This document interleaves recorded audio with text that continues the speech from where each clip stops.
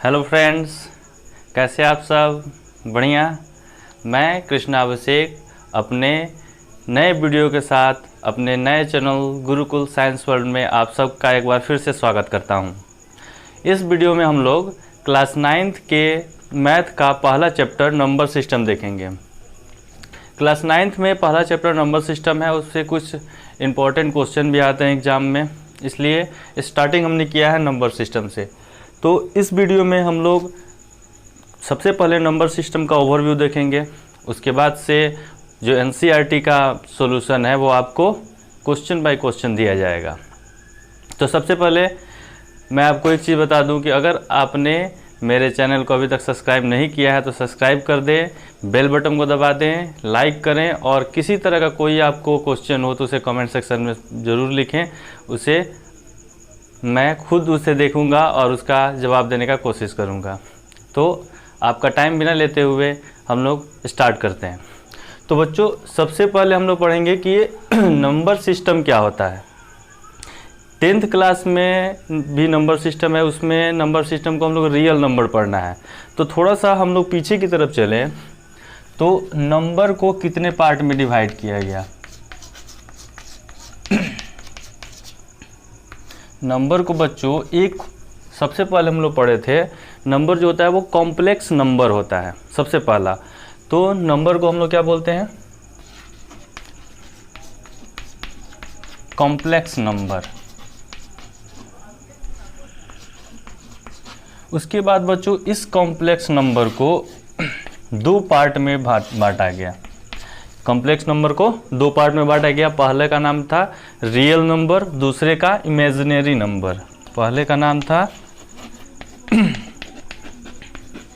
Real number, दूसरा imaginary number.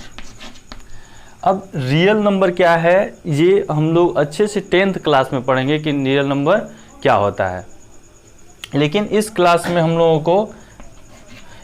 हम लोग नंबर सिस्टम के बारे में पढ़ रहे हैं। तो रियल नंबर को भी बच्चों दो पार्ट में डिवाइड किया गया।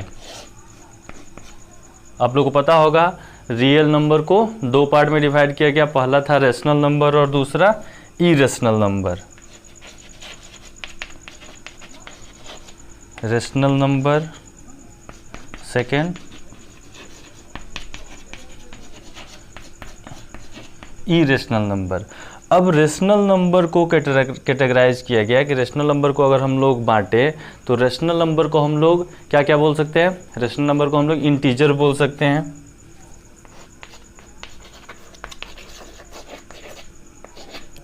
इंटीजर को हम लोग होल नंबर बोल सकते हैं और होल नंबर को हम लोग नेचुरल नंबर बोल सकते हैं।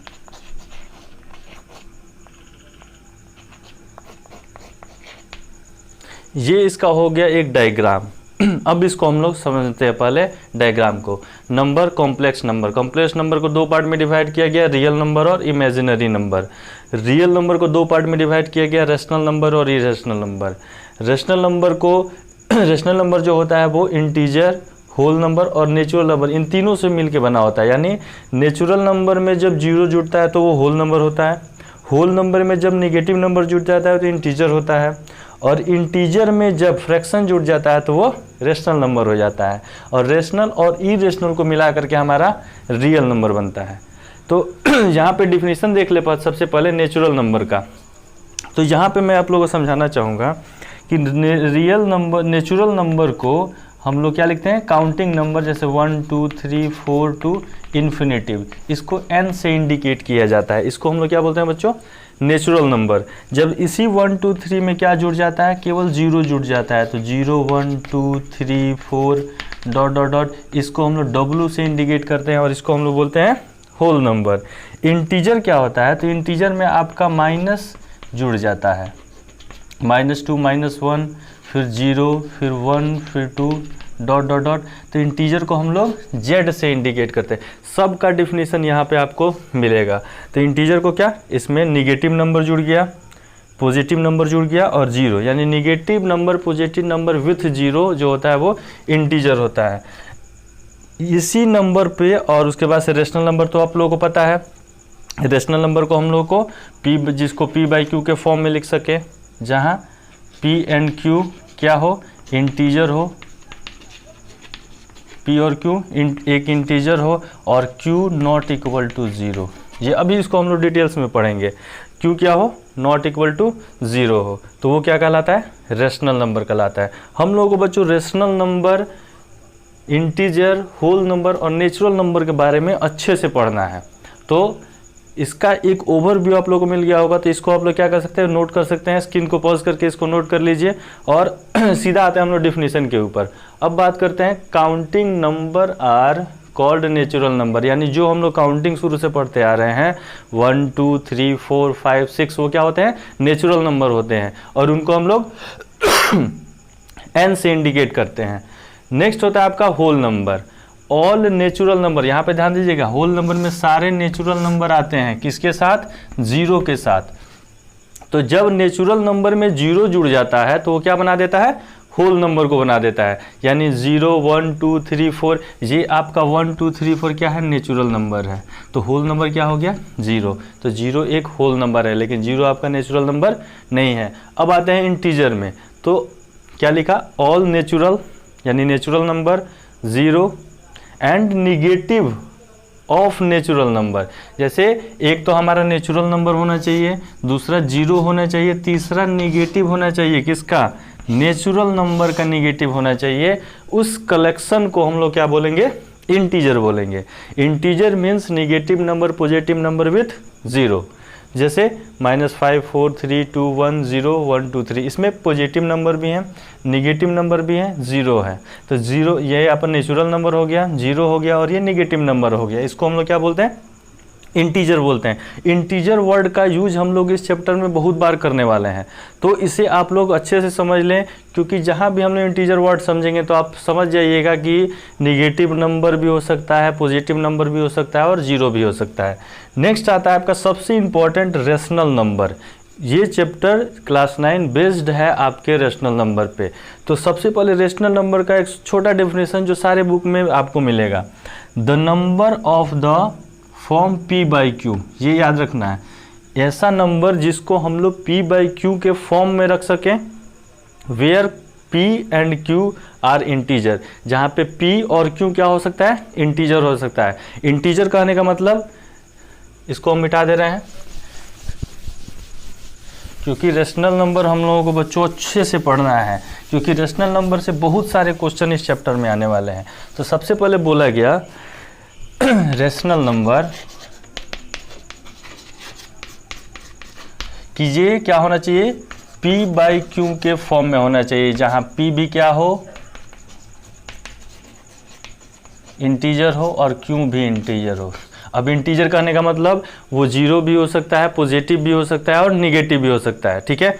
लेकिन एक कंडीशन यहाँ बताया गया, and q not equal to 0, यानी ये जो q होगा ये आपको 0 के बराबर नहीं होगा, यानी q हमारा इंटीजर नहीं हो सकता है। बात समझ में आई, q क्या हो सकता है, तो इंटीजर नहीं होगा, क्योंकि इंटीजर में तो 0 आता है। तो एक कंडीशन रख दिया गया जहाँ वैसे कि एक कोई भी नंबर जो p बाई क्यू के फॉर्म में हो, जहाँ पे p और q दोनों इंटीजर हो और q 0 के बराबर नहीं हो, उस नंबर को हम लोग रेशनल नंबर बोलेंगे। फिर से एक बार सुनिए, the number of the form p by q where p and q are integers and q not equal to 0 as rational number, उसी को हम रेशनल नंबर बोलेंगे।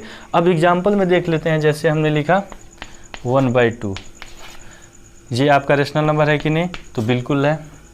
सेकेंड नंबर 3/-4, 3 नंबर 4, और ये 5 क्वेश्चन हमको दे रहे हैं। आप इसको कमेंट सेक्शन में बताइएगा कौन सा रेशनल नंबर है, कौन सा रेशनल नंबर नहीं है।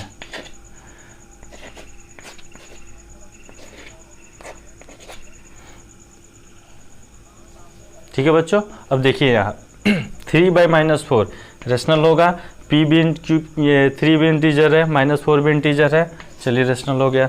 हमारे ये 3 इंटीजर है, ये भी इंटीजर है, लेकिन यहाँ पे बोला गया q नॉट इक्वल टू 0, यानी यहाँ पे p बाई क्यू, तो q के जगह पे क्या हो गया है 0 हो गया, तो ये हमारा रेशनल नंबर नहीं होगा। उसी तरह से 4/7 ये रेशनल नंबर हो जाएगा।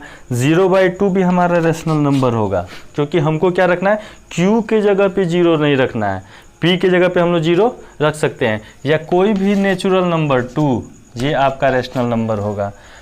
कोई भी रेशनल नंबर -6 ये भी आपका रेशनल नंबर होगा, क्योंकि इसके नीचे हम लोग 1 लगा सकते हैं, तो ये P/Q के फॉर्म में भी आ जाएगा और Q 0 के बराबर नहीं होगा।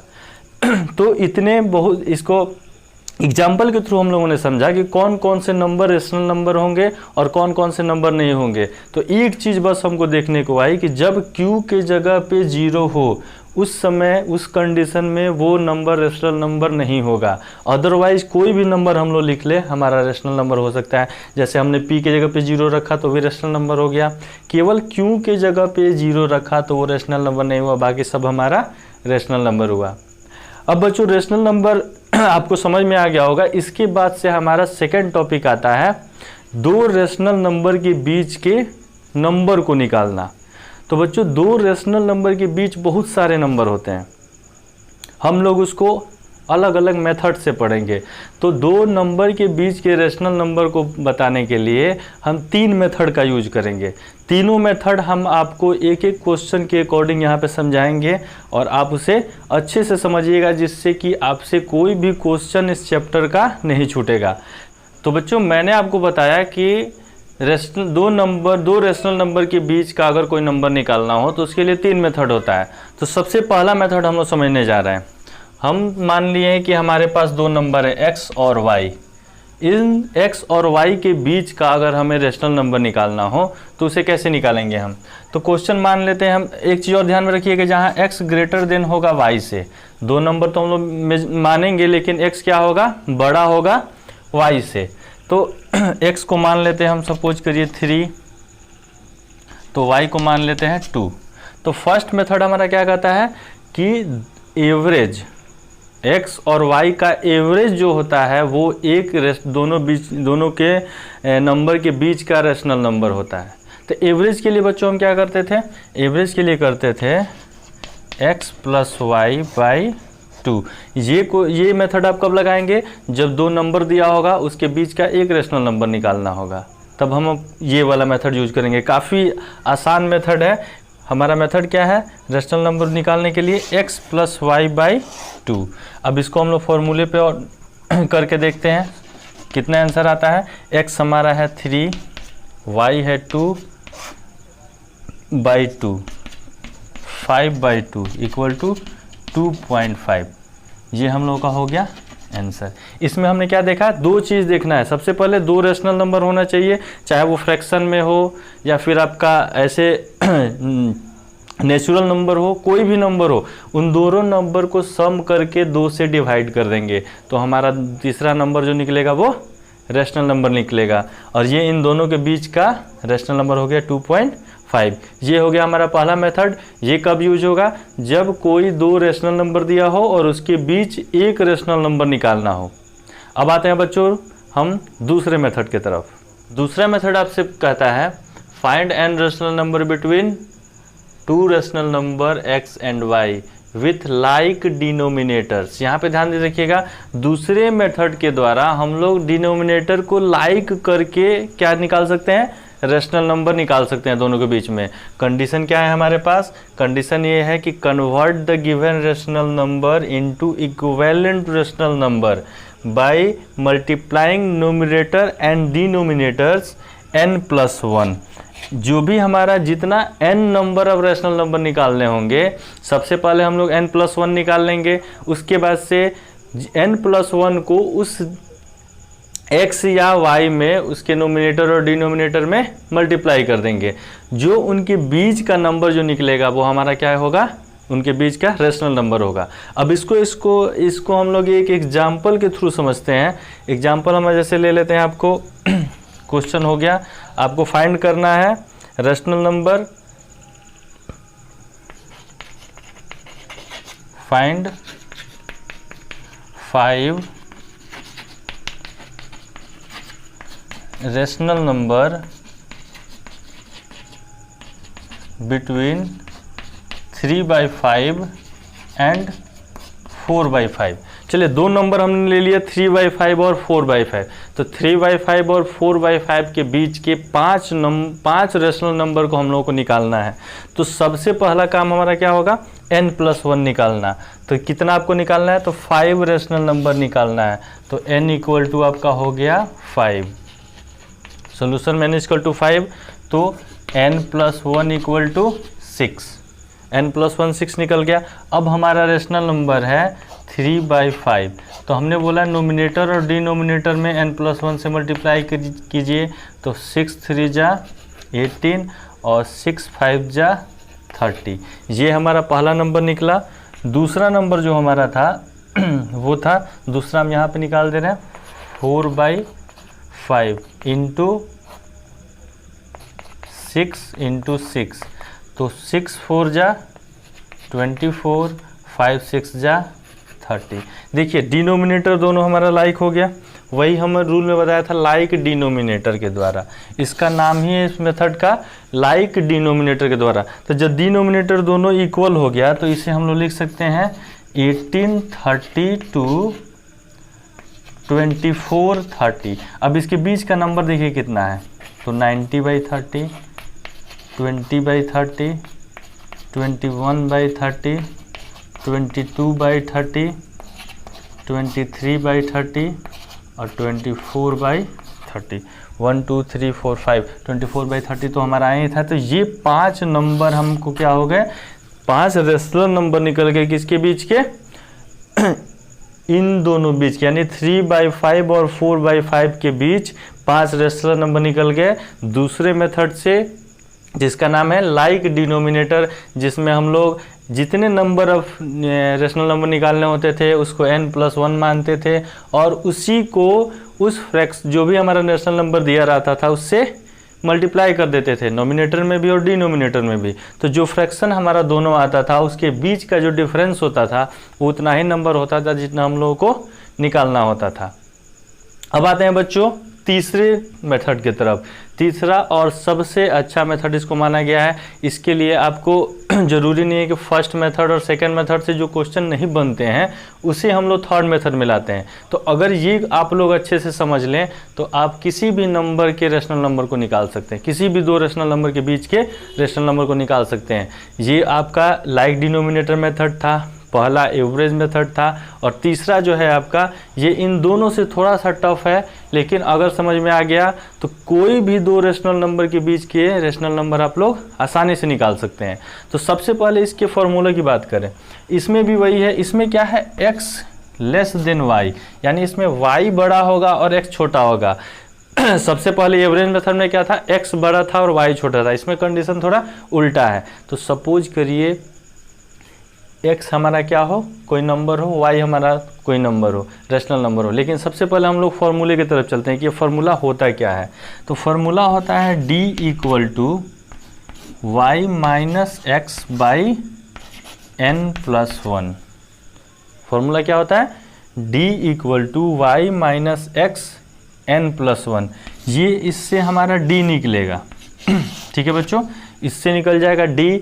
अब जो होगा वो हमारा first rational number, second rational number, third rational number, fourth, fifth, ये कैसे निकलेंगे। तो सबसे फर्स्ट रेशनल नंबर के लिए हम लोग क्या करेंगे, x प्लस डी, सेकेंड के लिए x प्लस 2d, थर्ड के लिए x प्लस 3d, फोर्थ के लिए x प्लस 4d, फिफ्थ के लिए x प्लस 5d। ये हमारा हो गया फॉर्मूला। इसी फॉर्मूले के थ्रू हम लोग किसी भी दो नंबर के बीच के रेशनल नंबर को आसानी से निकाल सकते हैं। जैसे कि आपने देखा कि d हम लोगों ने यहाँ पहले निकाल लिया, अब केवल x में d को ऐड कर देना है, फिर x में इस d को ऐड 2d को ऐड कर देंगे तो हमारा सेकंड निकल जाएगा। ये रेशनल नंबर है। ये एक रेशनल नंबर निकालना हो तो दूसरा निकालना हो तो तीसरा, चौथा, पांचवा, ऐसे n रेशनल नंबर भी हम लोग निकाल सकते हैं जितने आपसे क्वेश्चन में दिए जाए।